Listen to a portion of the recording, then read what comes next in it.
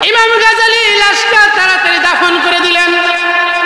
দাফন করার পর চিন্তা করতেছে, হায় রে, এটা কত বড় আল্লাহর ওলি, যার কবর থেকে আল্লাহর জান্নাতের সুঘ্রাণ বের হইতেছে।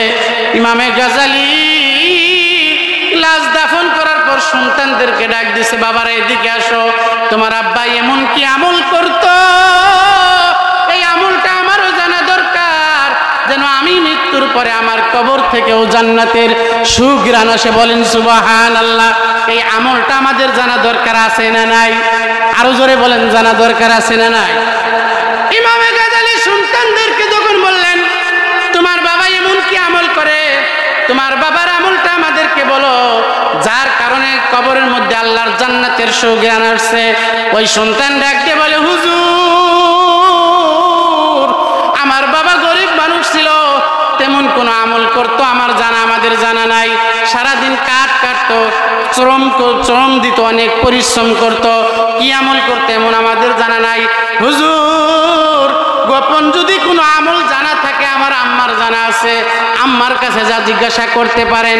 ইমামে গাজালি ঘরের ভিতরে যা বললেন, বোন, তোমার স্বামীর কবর থেকে আল্লাহ তাআলার জান্নাতের সুঘ্রাণ বের হইছে গো বোন, বলো বলো, তোমার স্বামী এমন কি আমল করে যে আমলের কারণে জান্নাত থেকে আল্লাহর জান্নাতের কবর থেকে সুঘ্রাণ বের হয়?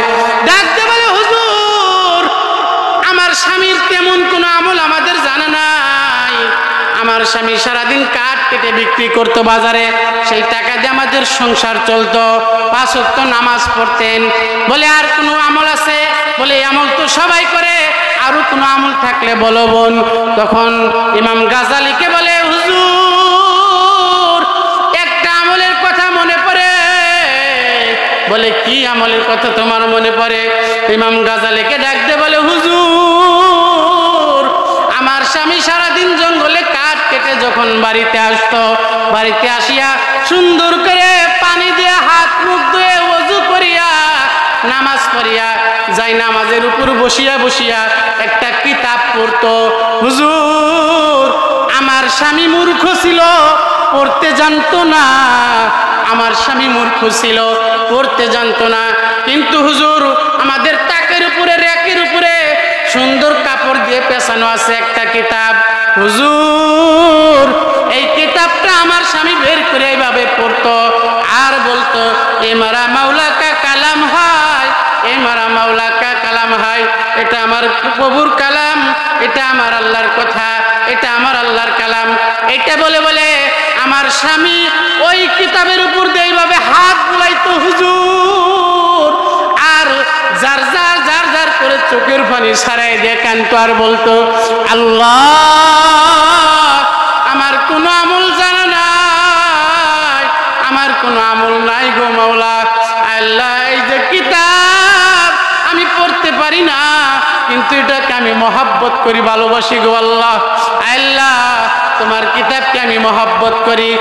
হুজুর, এই কথা বলে বলে আমার স্বামী কিতাবের উপর হাত বুলাইতো, আর আমার স্বামীর চোখের পানি দিয়া কিতাবের পৃষ্ঠাগুলো ভিজিয়া যাইতো গো হুজুর। ইমামে গাজালি বলে, বোন, সেই কিতাবটা কি আমার কাছে নিয়ে আসো। ইমাম গাজালি রাহমাতুল্লাহ আলাইহির কথা শুনিয়া ওই মহিলা দেরি করলেন না, তাকিয়া থেকে কিতাবটা বের করে দিলেন। ইমাম গাজালি কিতাবটা কাপড় থেকে খুলিয়া দেখে এটা সাধারণ কোনো কিতাব না, এটা হলো আসমানের নিচে জমিনের উপরে সবচেয়ে দামি যে কিতাব, সেটা হলো আল্লাহর কালামুল্লাহ, মহাগ্রন্থ আল কোরআন। এই আল কোরআনের সাথে মহাব্বত আর ভালোবাসার রাখার কারণে আল্লাহ তাআলা ওই কাঠুরিয়ার কবর থেকে জান্নাতের সুঘ্রাণের ব্যবস্থা করে দিয়েছে।